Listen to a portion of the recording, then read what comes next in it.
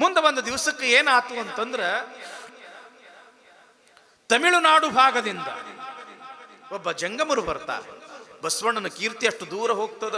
ನಾವು ಬಸವಣ್ಣನವರ ದರ್ಶನ ಮಾಡ್ಕೋಬೇಕು. ಬಸವಣ್ಣ ಬೇಡಿದವರಿಗೆ ಬೇಡಿದ್ದನ್ನ ಕೊಡ್ತಾನ. ನಂದು ಒಂದು ಸಂಕಲ್ಪ ಅದ, ಬಸವಣ್ಣ ಈಡೇರಿಸ್ತಾನೋ ಹ್ಯಾಂಗು ಅಂತ ತಿಳ್ಕೊಂಡು ಪಾಪ ತಮಿಳುನಾಡಿನಿಂದ ಬಂದಿರತಕ್ಕಂಥ ಒಬ್ಬ ಜಂಗಮ ಬಸವಣ್ಣನವರನ್ನ ಭೇಟಿಯಾಗಿ, ಯಪ್ಪಾ ಬಸವಣ್ಣ, ನಂದು ಒಂದು ಸಂಕಲ್ಪ ಅದ, ನೀ ಈಡೇರಿಸ್ತೇನಪ್ಪ. ಅವಾಗಂತಾರ ಬಸವಣ್ಣವರು, ಈಡೇರ್ಸಕ್ ನಾನು ಯಾರಪ್ಪ, ಎಲ್ಲಾ ಶಿವನ ಇಚ್ಛಾ, ಸಂಗಮನಾಥನ ಇಚ್ಛಾ, ಏನು ಬೇಕು ಕೇಳ್ರಿ. ಏನು ಇಲ್ಲ, ನಂದು ಒಂದು ಸಂಕಲ್ಪ ಅದ, ಬರಡು ಆಕಳ ಹಾಲಿನಿಂದ ಲಿಂಗಕ್ಕೆ ಮಜ್ಜನ ಮಾಡಬೇಕು ಅನ್ನೋ ಆಶೆ ಆದ ಬಸವಣ್ಣ. ಬರಡು ಆಕಳ ಅಂದ್ರೆ ಗೊತ್ತಲ್ಲ, ಗೊಡ್ಡ ಆಕಳ. ಗೊಡ್ಡ ಆಕಳ ಹಾಲಿನಿಂದ ನಾನು ನನ್ನ ಲಿಂಗಕ್ಕ ಅಭಿಷೇಕ ಮಾಡಬೇಕು, ಮಜ್ಜನ ಮಾಡಬೇಕು ಅನ್ನೋ ಸಂಕಲ್ಪ ಅದ. ಅದಕ್ಕೆ ನನ್ನ ಸಂಕಲ್ಪವನ್ನ ಈಡೇರಿಸ್ತೇನು ಬಸವಣ್ಣ. ಆವಾಗ ಬಸವಣ್ಣವರಂತಾರೆ, ಯಪ್ಪ, ಜಂಗಮನ ಅಪೇಕ್ಷೆ ಅದು ಸಂಗಮನಾಥನ ಅಪೇಕ್ಷೆ, ಈಡೇರ್ಸಕ್ ನಾನು ಯಾರ್ಯಪ್ಪ, ಸಂಗಮನಾಥ ಈಡೇರಿಸ್ತಾನ ಅಂತ ತಿಳ್ಕೊಂಡು ಅಲ್ಲೇ ಇರ್ತಕ್ಕಂಥ ಹಡಪದ ಅಪ್ಪಣ್ಣವರನ್ನ ಇನ್ನಿತರ ಶರಣರನ್ನ ಕರೆದು, ಏನ್ರಿಪ್ಪ, ಕಲ್ಯಾಣದೊಳಗೆ ಎಲ್ಲಿ ಆದ್ರೂ ಕೂಡ ಬರಡು ಆಕಳದ ಏನು ನೋಡ್ರಿ, ಗೊಡ್ಡ ಆಕಳದ ಏನು ನೋಡ್ರಿ ಅಂತ ತಿಳ್ಕೊಂಡು ನೋಡಾಕ ತರಾಕ ಕಳಿಸ್ತಾರ. ಅಲ್ಲಿ ಇಲ್ಲಿ ಹುಡುಕ್ಯಾಡ್ತಾರ. ಅಂತೂ ಇಂತೂ ಒಂದು ಗೊಡ್ಡ ಆಕಳ ಸಿಗ್ತದ. ಗೊಡ್ಡ ಆಕಳ ಅಂತಂದ್ರೆ ಅದು ಗರ್ಭ ಧರಿಸುವುದು ಇಲ್ಲ, ಮಗುವಿಗೆ ಜನ್ಮ ಕೊಡುವುದು ಇಲ್ಲ, ಹಾಲಂತೂ ಮೊದಲೇ ಇಲ್ಲ. ಇಂಥ ಆಕಳ ಹಾಲಿನಿಂದ ಅಭಿಷೇಕ ಮಾಡ್ಕೋಬೇಕು ಅನ್ನೋ ಸಂಕಲ್ಪ ತಮಿಳುನಾಡಿನಿಂದ ಬಂದಿರತಕ್ಕಂಥ ಆ ಜಂಗಮನದ್ದು. ಯಾವಾಗ ಆ ಗೊಡ್ಡ ಆಕಳನ್ನು ತಂದ್ರು, ಆವಾಗ ಬಸವಣ್ಣವರು, ತಾಯಿ ಗೋಮಾತೆ, ನಿನ್ನ ಒಡಲೊಳಗ ಒಂದಲ್ಲ ಎರಡಲ್ಲ ಎಲ್ಲಾ ದೇವಾನು ದೇವತೆಗಳನ್ನು ತುಂಬಿಕೊಂಡಿರ್ತಕ್ಕಂಥ ತಾಯೇ, ಜಂಗಮನ ಅಪೇಕ್ಷೆ ಆಗ್ಯದ, ನಿನ್ನ ಹಾಲಿನಿಂದ ಲಿಂಗಕ್ಕೆ ಅಭಿಷೇಕ ಆಗಬೇಕು ಅಂತ, ಅದಕ್ಕೆ ನೀನು ದಯಪಾಲಿಸಬೇಕವ ಅಂತ ತಿಳ್ಕೊಂಡು ಆನಂದದಿಂದ ಆ ಹಸುವಿಗೆ ಸ್ನಾನವನ್ನ ಮಾಡಿಸಿ, ವಿಭೂತಿಯನ್ನ ಧರಿಸಿ, ಆ ಆಕಳ ಕೊರಡಲ್ಲಿ ಲಿಂಗವನ್ನ ಧಾರಣೆಯನ್ನ ಮಾಡಿ, ಸಂಗಮನಾಥ ಸಂಗಮನಾಥ ಅಂತ ತಿಳ್ಕೊಂಡು ಅದರ ಡುಬ್ಬದ ಮೇಲೆ ಕೈ ಆಡಿಸಿ, ಅಪ್ಪಣ್ಣವರೇ ನೀಲಾ, ನನ್ಗ ಆ ಹಾಲನ್ನು ಹಿಂಡ್ಕೊಳ್ಳಕ ಒಂದು ಗಿಂಡಿಯನ್ನ ತೆಗೆದುಕೊಂಡು ಬರ್ರಿ ಅಂತ ತಿಳ್ಕೊಂಡು ಹೇಳಿದಾಗ ಒಂದು ಪಾತ್ರೆಯನ್ನ ತಂದು ಕೊಡ್ತಾಳ. ಯಾರು? ಧರ್ಮ ಪತ್ನಿಯಾಗಿರ್ತಕ್ಕಂಥ ನೀಲಾಂಬಿಕೆ. ಬಸವ ಬಸವ ಬಸವ ಅಂತ ಆ ಕೆಚ್ಚಲನ್ನು ತೊಳೆದು ಬಸವಣ್ಣನವರು ಸಂಗಮನಾಥ ಸಂಗಮನಾಥ ಅಂತ ತಿಳ್ಕೊಂಡು ಹಾಲು ಹಿಂಡಿದ್ರ ಒಂದು ತೆಪೆಲೆ ಹಾಲು ಕೊಡ್ತಂತ ನೋಡ್ರಿ ಗೊಡ್ಡ ಆಕಳ. ಯಾವಾಗ ಗೊಡ್ಡ ಆಕಳ ಹಾಲು ಕೊಡ್ತೋ ಅಲ್ಲಿ ಇರ್ತಕ್ಕಂಥ ಜಂಗಮರು ಎಂಥ ಪುಣ್ಯ, ಎಂಥವನು ಬಸವಣ್ಣ. ಬೇಡಿದವರಿಗೆ ಬೇಡಿದ್ದನ್ನ ಕೊಡ್ತಕ್ಕಂಥವನು ಬಸವಣ್ಣ. ನಮ್ಮ ಪುಣ್ಯ ನಿಮ್ಮ ಪುಣ್ಯ ಅಂತ ತಿಳ್ಕೊಂಡು ಆ ಒಂದು ಹಾಲಿನಿಂದ ಎಲ್ಲರೂ ಅಭಿಷೇಕವನ್ನ ಮಾಡ್ಕೊಂಡು ಬಂದರು ಅಂತ ತಿಳ್ಕೊಂಡು ಇತಿಹಾಸ ಹೇಳ್ತದ. ಅಷ್ಟೇ ಅಲ್ಲ, ಇನ್ನೊಬ್ಬ ಜಂಗಮ ಬಂದಿದ್ದ. ಬಸವಣ್ಣ, ನಂದು ಒಂದು ಅಪೇಕ್ಷೆ ಅದ, ಏನ್ ಹೇಳ್ರಪ್ಪ, ಏನ್ ಹೇಳು, ಈಡೇರಿಸ್ತೀಯೇನು? ನಾನು ಯಾರಪ್ಪ ಈಡೇರ್ಸಕ್ಕೆ? ಕೊಡುವಾತ ಸಂಘ ಕೊಂಬುವಾತ ಸಂಘ, ಏನು ಹೇಳ್ರಪ್ಪ, ಸಂಗಮನಾಥ ಮಾಡ್ತಾನ. ಏನು ಇಲ್ಲ, ಇವತ್ತ ಶಿವರಾತ್ರಿ ಅದ. ಶಿವರಾತ್ರಿ ದಿವಸ 1,000 ಸಂಪಿಗೆ ಹೂವುಗಳಿಂದ ನಾನು ಲಿಂಗ ಪೂಜೆಯನ್ನ ಮಾಡ್ಕೊಳ್ಬೇಕು ಅನ್ನೋ ಸಂಕಲ್ಪದವ. ನಾವು ಮಲೆನಾಡು ಭಾಗದವರು, ಅಲ್ಲಿ ಸಂಪಿಗೆ ಹೂವು ಸಿಗ್ತಾವ.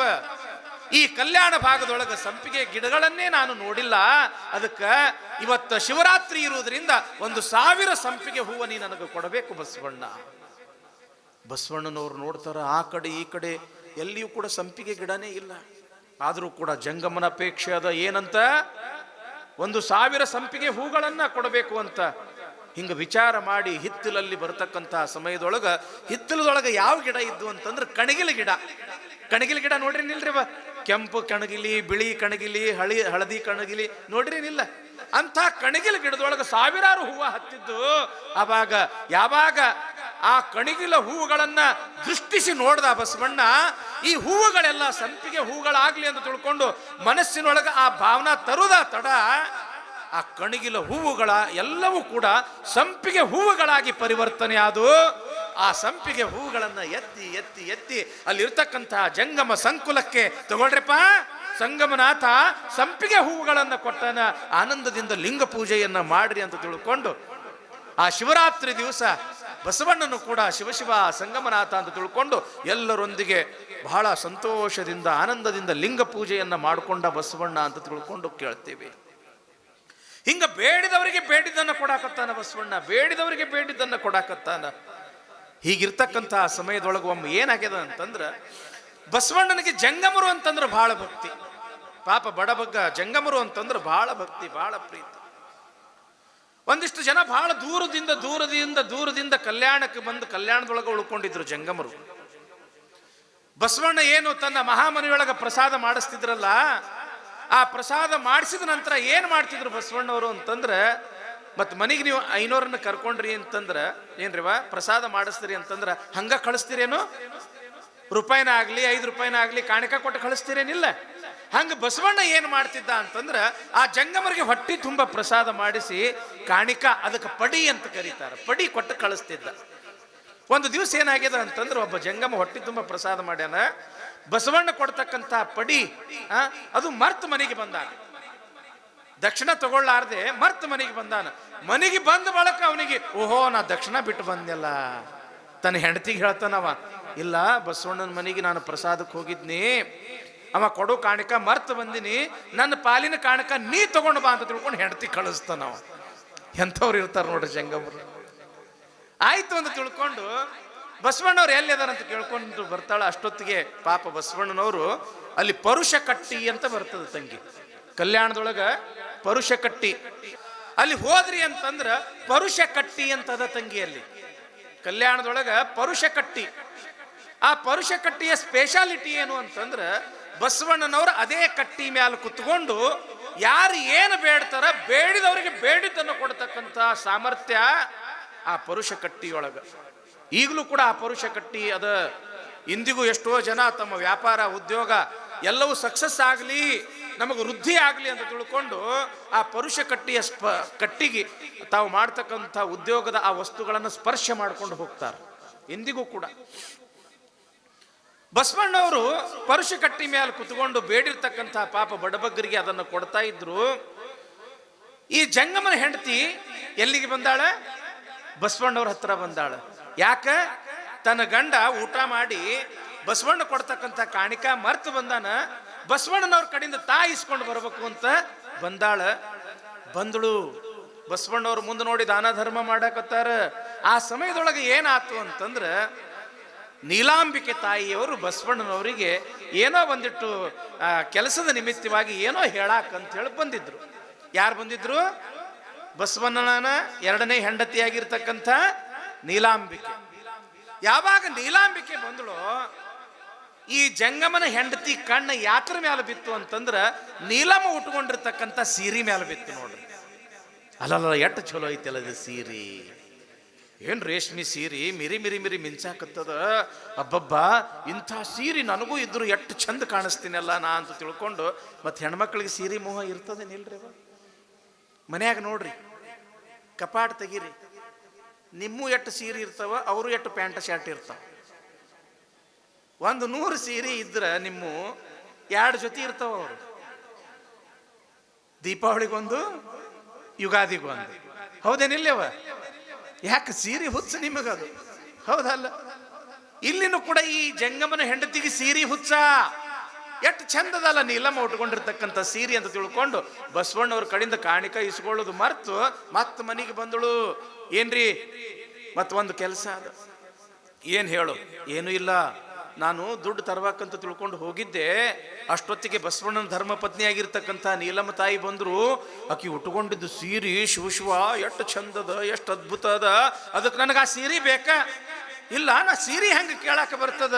ನೀವು ಸೀರೆ ತಂದ್ರಿ ಅಂದ್ರೆ ನಿಮ್ಮ ಮನ್ಯಾಗ ಊಟ ಅಥವಾ ನಿಮ್ಮ ಇರಾಗ ಜಗ, ಇಲ್ಲ ಅದ್ರ ನಡ್ರಿ ಗೆಟ್ ಔಟ್ ಅಂದ್ಬಿಟ್ಟಳಕ್ಕಿ. ಯಾವಾಗ ಹೆಂಡತಿ ಹಿಂಗ ಅಂದಳು, ಹೆಂಗ ಶಿವನೇ ಮನ್ಯಾಗ ಇರ್ಬೇಕಾಗಿತ್ತು ಅಂತಂದ್ರ ಹೆಂಡತಿ ಮಾತು ಕೇಳಬೇಕಲ್ಲ ಏನ್ರಿಪ್ಪ? ಹೆಂಡತಿ ಮಾತು ಕೇಳಾರ್ದವ್ರು ಯಾರದಾರನು ಈ ಪ್ರಪಂಚದೊಳಗೆ? ಹಿಂಗ ಮುನ್ವಳ್ಯಾಗ ಪ್ರವಚನ ನಡೆದಿತ್ತು. ಹೆಂಡತಿ ಮಾತು ಯಾರು ಕೇಳ್ತೀರಿ? ಕೈ ಎತ್ತರಿ ಅಂತ ಹೇಳಂದು ಎಲ್ಲರೂ ಎತ್ತರು ನೋಡ್ರಿ. ಎಲ್ಲ ಗಂಡ್ಮಕ್ಳು ಎಲ್ಲರೂ ಎತ್ತರು, ನಾ ಕೇಳ್ತೀನಿ ನೀ ಕೇಳ್ತೀನಿ. ಅದ್ರದಾಗ ಒಬ್ಬ ಮಾತ್ರ ಹಿಂಗ ಕೂತಿದ್ದ, ಕೈ ಎತ್ತಿದ್ದಿಲ್ಲ. ಏ ಪುಣ್ಯಪ್ಪ ತಮ್ಮ, ನೀವೊಬ್ಬರ ಅದಿಯಲ್ಲೋ ಹೆಂಡತಿ ಮಾತು ಕೇಳಲಾರ್ದಮ್ಮ ಅಂತ ಹೇಳಂದೆ. ಎಲ್ಲಿದ್ರಿ ಅಜ್ಜಾರ? ನನ್ನ ಹೆಂಡತಿಗೆ ಕೇಳಿ ಎತ್ತಬೇಕಂತೇಳಿ ಕುಂತೀನ್ರಿ ಅಂದವ. ಅಂದ್ರೆ ಎಲ್ಲರೂ ಹೆಂಡತಿ ಮಾತು ಕೇಳವ್ರ ಅಂತ. ಯಾವಾಗ ನೀಲಮ್ಮ ಉಟ್ಕೊಂಡಿರ್ತಕ್ಕಂಥ ಸೀರೆ ತಂದ್ರೆ ನಿನ್ನ ಮನೆಯಾಗ ಇಟ್ಕೊಳ್ತೀನಿ, ಇಲ್ಲಾಂದ್ರೆ ಹೊರಗ ಅಂತ ತಿಳ್ಕೊಂಡು ಯಾವಾಗ ಆ ಜಂಗಮನ ಹೆಂಡತಿ ಅಂದಳು, ಸೀದಾ ಬಸವಣ್ಣನ ಹತ್ರ ಬಂದ. ನೀಲಮ್ಮ ತಾಯಿ ಇನ್ನೂ ಅಲ್ಲೇ ಇದ್ದಳು. ಬಸವಣ್ಣ ಅಂತ ಹೇಳಂದ ಜಂಗಮಮೂರ್ತಿ. ಯಾಕೆಪ್ಪ ಏನು? ಮತ್ ನಾ ಕೇಳಿದ್ದು ಕೊಡ್ತೀಯನೋ ಬಸವಣ್ಣ, ಏನು ಬೇಕು ಕೇಳಪ್ಪ. ಜಂಗಮನಾಥನ ಅಪೇಕ್ಷೆ ಅದು ಸಂಗಮನಾಥನ ಅಪೇಕ್ಷೆ. ಸಂಗಮನಾಥ ಕೊಡ್ತಾನ್ರಿಪ್ಪ, ಏನು ಕೇಳು. ಏನೂ ಇಲ್ಲ, ಅವು ಉಟ್ಕೊಂಡಿದ್ದ ಸೀರೆ ನನಗೆ ಬೇಕು. ನಿನ್ನ ಹೆಂಡತಿ ಧರ್ಮಪತ್ನಿ ನೀಲಮ್ಮ ಉಟ್ಕೊಂಡಿದ್ದ ಸೀರೆ ನನಗೆ ಬೇಕು ಅಂತ ಹೇಳಿ ಇಷ್ಟ ಅನ್ನೋದ ತಡ, ಏನಿಲ್ಲ ಇಲ್ಲಿ ಬಾ. ಜಂಗಮ ಸೀರೆಯನ್ನ ಅಪೇಕ್ಷೆ ಮಾಡ್ಯಾನ, ನಿನ್ನ ಸೀರೆ ಅಪೇಕ್ಷೆ ಮಾಡ್ಯಾನ ಅಂತ ತಿಳ್ಕೊಂಡು ಹತ್ತಿರ ಕರೆದವನ ಆ ನೀಲಮ್ಮ ಉಟ್ಕೊಂಡಿರ್ತಕ್ಕಂಥ ಸೀರೆಯನ್ನ ಹಿಂಗ ಎಳಿತಾರ ಬಸವಣ್ಣನವರು. ಅವ್ರು ಹೆಂಗ್ ಎಳಿತಾರ ಹಂಗ ಹೆಚ್ಚಾಗ್ತದ, ಹೆಂಗ್ ಎಳಿತಾರ ಹಂಗ ಹೆಚ್ಚಾಗ್ತದ. ಎಷ್ಟು ಸೀರೆ ಹೆಚ್ಚಾತು ಅಂತಂದ್ರ ಅಕ್ಷಯ ಪಾತ್ರೆ ಇದ್ದಂಗ ಇಷ್ಟು ಹಿಂಗ ಗುಡ್ಡ ಬಿದ್ದಂಗ ಬಿತ್ತು ನೋಡ್ರಿ. ಯಾವಾಗ ಗುಡ್ಡದಷ್ಟು ಸೀರೆ ಬಿದ್ದು ಆವಾಗ ಬಸವಣ್ಣವ್ರ ಅಂತಾರ, ಯಪ್ಪ ನಿಮಗೆ ಎಂಥ ಬೇಕು ಅಂಥ ಸೀರೆ ಬೈರಿ ಅಂದಾಗ ಅಲ್ಲಿರ್ತಕ್ಕಂಥ ನೂರಾರು ಜನ ಜಂಗಮರು ಸೀರೆ ಎಷ್ಟು ಚಲೋ ಅದಾವ, ಎಷ್ಟು ಚಲೋ ಅದಾವ, ಎಷ್ಟು ಚಂದ ಅದಾವ ಅಂತ ತಿಳ್ಕೊಂಡು ಎಲ್ಲರೂ ಸೀರೆ ಬೈದ್ರಂತ, ಎಲ್ಲರೂ ಸೀರೆ ಬೈದ್ರಂತ. ಇದನ್ನ ಯಾರು ನೋಡಾಕತ್ತಾರ ಅಂತಂದ್ರ ಸಾಕ್ಷಾತ್ ಪರಮಾತ್ಮನೇ ನೋಡಾಕತ್ತಾನ. ಅಲ್ಲ, ಬಸವಣ್ಣ ಬೇಡಿದವ್ರಿಗೆ ಬೇಡಿದನ್ನ ಕೊಡಾಕತ್ತಾನ. ಆ ಹೂವ ಅಂದ್ರ ಆ ಹೂವ ಅಂತಾನ, ಬರ್ಡ್ ಆಕಳಿನ ಹಾಲು ಅಂದ್ರೆ ಬರ್ಡ್ ಆಕಳಿನ ಹಾಲ, ಏನು ಮುತ್ತ ಜೋಳ ಹೋಗಿ ಅಲ್ಲಿ ಮುತ್ತ. ಬೇಡದವ್ರಿಗೆ ಬೇಡಿದನ್ನ ಕೊಡಾಕತ್ತಾನ. ನಾನು ಯಾಕೆ ಬೇಡಬಾರ್ದು ಅನ್ನೋ ಆಶಾ ಪರಮಾತ್ಮಗ ಬಂತಂತ ನೋಡ್ರಿ. ಯಾರಿಗೆ? ಪರಮಾತ್ಮಗ. ಎಲ್ಲರಿಗೂ ಕೊಡವ ಯಾರು? ಪರಮಾತ್ಮನ. ಆದ್ರೆ ಅವನಿಗ ಬೇಡು ಆಶೆ ಬಂತು. ಏನು ನೋಡಿ, ಬಸವಣ್ಣ ಬೇಡದವ್ರಿಗೆ ಬೇಡಿದ್ದನ್ನು ಕೊಡಾಕತ್ತಾನ. ನಾನು ಬಸವಣ್ಣನ ಕಡೆಯಿಂದ ಏನಾರ ಬೇಡಬೇಕು ಅಂತ ತಿಳ್ಕೊಂಡು ಆಶಾ ಸ್ವತಃ ಪರಮಾತ್ಮಗ ಬಂತು. ಪರಮಾತ್ಮ ಏನು ಮಾಡ್ದ ಅಂತಂದ್ರ ಜಂಗಮನ ವೇಷ ಹಾಕೊಂಡು ಸಾಲ ಒಳಗೆ ನಿಂತ ಅಂತ. ಏನು ಪರುಷ ಕಟ್ಟಿ ಮೇಲೆ ಕುತ್ಕೊಂಡು ಬಸವಣ್ಣ ಬೇಡದವ್ರಿಗೆ ಬೇಡಿದ್ದನ್ನು ಕೊಡಾಕತ್ತಿದ್ದ. ಇಸ್ಕೋಬೇಕು ಅಂತ ತಿಳ್ಕೊಂಡು, ಪಡ್ಕೋಬೇಕು ಅಂತ ತಿಳ್ಕೊಂಡು ನೂರಾರು ಜನ ಜಂಗಮರು ಏನು ಸಾಲ್ಗೊಂಡು ನಿಂತಿದ್ರಲ್ಲ, ಆ ಸಾಲಿನೊಳಗ ತಾನು ಒಬ್ಬ ಜಂಗಮನ ವೇಷ ಹಾಕೊಂಡು ಸಾಕ್ಷಾತ್ ಶಿವನೇ ಆ ಪಾಳಿಯೊಳಗೆ ನಿಂತಂತ ನೋಡ್ರಿ. ಸಾಲಿನೊಳಗೆ ನಿಂತ ಅಂತ. ಬೇಡಿದವರಿಗೆ ಬೇಡಿದನ್ನ ಕೊಡಾಕತ್ತಿದ್ದ ಬಸವಣ್ಣ ಬಸವಣ್ಣ ಬಸವಣ್ಣ. ಇಲ್ಲಿ ಪರಮಾತ್ಮನ ಪಾಳೆ ಬಂತು. ಯಾರ ವೇಷದೊಳಗದಾನ? ಜಂಗಮನ ವೇಷದೊಳಗದಾನ. ಅವಾಗ ಬಸವಣ್ಣಗಂತಾನ, ಏನೋ ಬಸವಣ್ಣ, ಬೇಡಿದವ್ರಿಗೆ ಬೇಡಿದ್ದು ಕೊಟ್ಟಿ, ನಾನು ಒಂದು ಕೇಳ್ತೀನಿ, ಕೊಡ್ತೀಯನೋ ಬಸವಣ್ಣ? ಅವಾಗ ಬಸವಣ್ಣವ್ರ ಅಂತಾರಂತ, ಕೊಡುವಾತ ಸಂಘ ಕೊಂಬುವಾತ ಸಂಘ. ನಾ ಕೊಡುವೆ ನೆಂಬುವರ ಬಾಯಲ್ಲಿ ಬಾಲ್ಹುಳ ಸುರಿಯದೆ ಮಾಂಬವೇ ಕೂಡಲ ಸಂಗಮ ದೇವ. ಯಪ್ಪ, ನಾ ಕೊಡ್ತೀನಿ ಅಂತಂದ್ರೆ ನನ್ನ ಬಾಯಿಯೊಳಗ ಬಾಲ್ಹುಳ ಬಿದ್ದಂಗ. ನಾ ಏನೂ ಕೊಡುವುದಿಲ್ಲ, ಸಂಗಮನಾಥ ಕೊಡ್ತಾನೆಪ್ಪ. ಏನು ಬೇಕು ಕೇಳ್ರಿ ಅಂತ ತಿಳ್ಕೊಂಡು ಬಸವಣ್ಣವ್ರ ಅಂದಾಗ, ಬಸವಣ್ಣ ನನಗೊಂದು ನೋಡುವ ಆಸೆ ಅದ. ಏನು ನೋಡ್ಬೇಕ್ರಿಪ್ಪ? ಪರಮಾತ್ಮನ ಮೂರನೇ ಕಣ್ಣು ನೋಡ್ಬೇಕಂತ ಆಸೆ ಆಗ್ಯದ. ಬಂದವ್ಯಾರು? ಬಂದವ್ಯಾರಿವ? ಪರಮಾತ್ಮನ ಏನು ಕೇಳಾಕತ್ತಾನ? ತಂದ ಮೂರನೇ ಕಣ್ಣು ನೋಡ್ಬೇಕಂತ ಆಶೆ. ಯಾವಾಗ ಬಂದಿರ್ತಕ್ಕಂಥ ಆ ಜಂಗಮ ರೂಪಿ ಶಿವ ಪರಮಾತ್ಮನ ಮೂರನೇ ಕಣ್ಣು ನೋಡ್ಬೇಕು ಅಂತ ತಿಳ್ಕೊಂಡು ಆಸೆ ಆಗ್ಯದ ಅಂತೇಳಿ ಅಂದ. ಬಸವಣ್ಣ ಮುಗುಳ್ ನಕ್ಕಂತ. ಮುಗುಳ್ ನಕ್ಕು, ಯಪ್ಪ ನೀವು ಇಲ್ಲೇ ನಿಂದ್ರಿ, ನಾ ಒಳಗೆ ಹೋದವನ ಬನ್ನಿ ಅಂತ ತಿಳ್ಕೊಂಡು ಒಳಗೆ ಕೋಣ್ಯಾಗ ಬಂದಂತ, ಕೋಲ್ಯಾಗ ಬಂದು ಏನು ಮಾಡದ ಬಸವಣ್ಣ? ಕನ್ನಡಿ ತಗೊಂಡಂತ. ಕನ್ನಡಿ. ಯಾವಾಗ ಕನ್ನಡಿ ತಗೊಂಡು, ಯಪ್ಪ ನೀವೇನ್ ನೋಡ್ಬೇಕ್ರಿ? ಪರಮಾತ್ಮನ ಮೂರನೇ ಕಣ್ಣು ನೋಡ್ಬೇಕು, ಹಂಗಾರ ನೋಡ್ರಿ ಅಂತ ಹೇಳಿ ಕನ್ನಡಿ ಹಿಡಿದ್ನಂತ ಬಸವಣ್ಣ. ಯಾವಾಗ ಹಿಂಗ ಕನ್ನಡಿ ಹಿಡ್ದ, ಅಲ್ಲಲ್ಲ ಬಸವಣ್ಣ ನನಗೆ ಗುರುತು ಹಿಡ್ದ ಅಂತ ತಿಳ್ಕೊಂಡು ನಾಚಿ ನೀರಾಗಿ ಓಡಾಕ್ ಶುರು ಮಾಡ್ಬಿಟ್ನಂತ ಪರಮಾತ್ಮ. ಯಾವಾಗ ಪರಮಾತ್ಮ ಬಸವಣ್ಣನ ಗುರುತು ಹಿಡ್ದೋ ಯಪ್ಪ ಅಂತ ತಿಳ್ಕೊಂಡು ಓಡಾಕ್ ಶುರು ಮಾಡ್ದ, ಆವಾಗ ಆ ಶಿವನ ಬೆನ್ನ ಹತ್ತಿ, ಆ ಜಂಗಮ ರೂಪಿ ಶಿವನ ಬೆನ್ನ ಹತ್ತಿ ಬಸವಣ್ಣ ಅಂತನ, ಓಡದಿರು ಸಂಗಯ್ಯ ಓಡದಿರು, ಸಿರಿಯಾಳನಂತೆ ಸುತನ ಬೇಡೆನು, ಓಡದಿರು ಸಂಗಯ್ಯ ಓಡದಿರು, ದಾಸಯ್ಯನಂತೆ ತವನಿಧಿಯ ಬೇಡೆನು, ಓಡದಿರು ಸಂಗಯ್ಯ ಓಡದಿರು. ಯಪ್ಪ ಸಂಗಮನಾಥ, ಬಾಳ ದಿವ್ಸಕ್ಕೆ ನನಗೆ ದರ್ಶನ ಕೊಡಾಕ್ ಬಂದಿಯಪ್ಪ, ಓಡಬೇಡಪ್ಪ, ನಿನ್ನನ್ನು ನಾನು ನೋಡ್ಬೇಕು, ನನ್ನ ಕಣ್ ತುಂಬ ನಿನ್ನ ನೋಡಿ ನಿನ್ನ ದರ್ಶನ ಪಡ್ಕೋಬೇಕು, ಓಡಬೇಡ ಓಡಬೇಡ, ದಾಸಯ್ಯನಂಗ ತವನಿಧಿ ಕೇಳುವುದಿಲ್ಲ, ಸಿರಿಯಾಳನಂಗ ಮಗನ ಕೊಡು ಅಂತ ನಾನು ಕೇಳುವುದಿಲ್ಲ. ಅದಕ್ಕೆ ನಾನು ನಿನಗೆ ಏನೂ ಕೇಳುವುದಿಲ್ಲಪ್ಪ ಪರಮಾತ್ಮ, ಓಡಬೇಡ ಅಂತ ತಿಳ್ಕೊಂಡು ಓಡ್ಕೊಂತ ಬೆನ್ನ ಹತ್ತಿ ಆ ಪರಮಾತ್ಮನ ಎರಡೂ ಪಾದಗಳನ್ನು ಗಟ್ಟಿಯಾಗಿ ಹಿಡಿದಂತ ಬಸವಣ್ಣ. ಯಾವಾಗ ಪರಮಾತ್ಮನ ಎರಡು ಪಾದಗಳನ್ನು ಗಟ್ಟಿಯಾಗಿ ಹಿಡಿದು, ಯಪ್ಪಾ ಸಂಗಮನಾಥ, ತಂದೆ ನೀನು, ತಾಯಿ ನೀನು, ಬಂಧು ನೀನು, ಬಳಗ ನೀನು, ಎನಗೆ ನೀನಲ್ಲದೆ ಮತ್ತಾರು ಇಲ್ಲವಯ್ಯ ಕೂಡಲ ಸಂಗಮನಾಥ, ಇಂದು ದರ್ಶನ ಕೊಟ್ಟೆ ಆ ತಂದೆ ಅಂತ ತಿಳ್ಕೊಂಡು ಪಾದಕ್ಕೆ ಹಣೆ ಹಚ್ಚಿ ನಮಸ್ಕಾರವನ್ನು ಮಾಡಿದಾಗ ಆ ಜಂಗಮ ವೇಷದಲ್ಲಿ ಇರತಕ್ಕಂಥ ಸಂಗಮನಾಥ ನಿಜ ರೂಪದಲ್ಲಿ ಬಂದು, ಬಸವ ನಿನ್ನ ಭಕ್ತಿ ಬಹಳ ದೊಡ್ಡದು ಅಂತ ತಿಳ್ಕೊಂಡು ಬಸವಣ್ಣನವರನ್ನ ಅಪ್ಕೊಂಡಂತ ಶಿವ, ಅಪ್ಪಿಕೊಂಡಿರ್ತಕ್ಕಂಥ ಶಿವ ಅಂತನಂತ ಬಸವಣ್ಣ. ನಿಜವಾಗ್ಲೂ ನಿನ್ನ ಭಕ್ತಿ ಬಹಳ ದೊಡ್ಡದಪ್ಪ. ಬೇಡಿದವರಿಗೆ ಬೇಡಿದನ್ನ ಕೊಡಾಕತ್ತಿ, ಕಷ್ಟದಲ್ಲಿ ಇರ್ತಕ್ಕಂಥವರಿಗೆ ಅವರ ಕಷ್ಟ ಕಾರ್ಪಣ್ಯಗಳನ್ನು ದೂರ ಮಾಡಕತ್ತಿ, ಅವರ ದುಃಖ ದುಮ್ಮಾನಗಳನ್ನು ದೂರ ಮಾಡಕತ್ತಿ. ನಿಜವಾಗಲೂ ಕೂಡ ನಿನ್ನ ಭಕ್ತಿ ಬಹಳ ದೊಡ್ಡದು. ನಿನ್ನ ಭಕ್ತಿಗೆ ಮೆಚ್ಚಿನೋ ಬಸವಣ್ಣ. ಏನು ಬೇಕು ಕೇಳು, ನೀ ಕೇಳಿತನ್ನ ನಾನು ಕೊಡ್ತೀನಿ. ಯಾವ ಪದವಿ ಬೇಕು ಕೇಳು, ಏನು ಬ್ರಹ್ಮ ಪದವಿ ಬೇಕೋ, ವಿಷ್ಣು ಪದವಿ ಬೇಕೋ, ಏನು ರುದ್ರ ಪದವಿ ಬೇಕೋ, ಏನು ಕೇಳ್ತಿ ಕೇಳು, ಕೊಡ್ತೀನಿ ಅಂತ ತಿಳ್ಕೊಂಡು ಶಿವ ಕೇಳಿದಾಗ ಬಸವಣ್ಣವರಂತಾರಂತ, ಬ್ರಹ್ಮ ಪದವಿಯನ್ನೊಲ್ಲೆ, ವಿಷ್ಣು ಪದವಿಯನ್ನೊಲ್ಲೆ, ರುದ್ರ ಪದವಿಯನ್ನೊಲ್ಲೆ, ನಾನು ಮತ್ತಾವ ಪದವಿಯನ್ನೂ ಅಲ್ಲೇ, ನಿಮ್ಮ ಶರಣರ ಮನೆಯ ಆಳಾಗಿಪ್ಪ ಮಹಾಪದವಿಯನೇ ಕರುಣಿಸು ಕೂಡಲ ಸಂಗಮ ದೇವ. ಯಪ್ಪ ಸಂಗಮನಾಥ ಶಿವನೇ, ಬ್ರಹ್ಮ ಪದವಿ, ವಿಷ್ಣು ಪದವಿ, ರುದ್ರ ಪದವಿ ತಗೊಂಡು ಏನು ಮಾಡುತ್ತದ? ನನಗೆ ಏನಾದರೂ ನೀನು ಕೊಡಬೇಕಾಗಿತ್ತು ಅಂತಂದ್ರೆ ನಿನ್ನ ಭಕ್ತರು ಎಲ್ಲಿದಾರ, ನಿನ್ನ ಭಕ್ತರ ಮನೆಯೊಳಗ ಆಳಾಗಿ ದುಡಿತಕ್ಕಂಥ ಶಕ್ತಿ ಕೊಡೋಪ ಸಾಕು. ಜನ್ಮ ಜನ್ಮದಲ್ಲಿಯೂ ಕೂಡ ಗುರು ಲಿಂಗ ಜಂಗಮರ ಸೇವೆಯನ್ನ ಮಾಡತಕ್ಕಂಥ ಸೌಭಾಗ್ಯ ಕೊಡು ಸಾಕು, ಮತ್ತೇನೂ ಕೂಡ ಬೇಕಾಗಿಲ್ಲ ಅಂತ ತಿಳ್ಕೊಂಡು ಯಾವಾಗ ಬಸವಣ್ಣನವರು ಕೇಳಿದ್ರೋ ಆವಾಗ ಶಿವ ಬಸವಣ್ಣನ ಭಕ್ತಿಗೆ ಮೆಚ್ಚಿ, ಬಸವಣ್ಣ ನಿಜವಾಗ್ಲೂ ಕೂಡ ನೀ ಬಹಳ ದೊಡ್ಡವಪ್ಪ, ಅದಕ್ಕೆ ಇಂದಿನಿಂದ ನಿನಗ ಈ ಪ್ರಪಂಚದ ಜನ ಏನಂತ ಕರೀತಾರ ಅಂತಂದ್ರ ಭಕ್ತಿ ಭಾಂಡಾರಿ ಬಸವಣ್ಣ ಅಂತ ಕರೀತಾರೋ ಬಸವಣ್ಣ. ಭಕ್ತಿ ಭಾಂಡಾರಿ ಬಸವಣ್ಣನಾಗು ಅಂತ ತಿಳ್ಕೊಂಡು ಆಶೀರ್ವಾದವನ್ನ ಮಾಡಿ ಶಿವ ಮಾಯ ಆದ ಎಂಬತಕ್ಕಂಥ ಒಂದು ವಿಚಾರ ನಾವು ಇವತ್ತಿನ ದಿವಸದ ನಾವು ಪುರಾಣದಲ್ಲಿ ಕೇಳ್ತೀವಿ ತಂಗಿ. ಅದಕ್ಕೆ ಬಸವಣ್ಣನ ಲೀಲೆ ಶುರು ಆಗಿಬಿಟ್ಟು ದಿನದಿಂದ ದಿನಕ್ಕೆ ಇಷ್ಟು ಅದ್ಭುತವಾಗಿರ್ತಕ್ಕಂಥ ಪವಾಡಗಳು, ಲೀಲೆಗಳು ಬಸವ ಪುರಾಣದೊಳಗೆ ಬರ್ತಾವ ಅಂತಂದ್ರೆ ಮೈ ರೋಮಾಂಚನ ಆಗ್ತದೆ ತಂಗಿ. ಅದಕ್ಕೆ ನಿತ್ಯವೂ ಕೂಡ ಶ್ರದ್ಧೆಯಿಂದ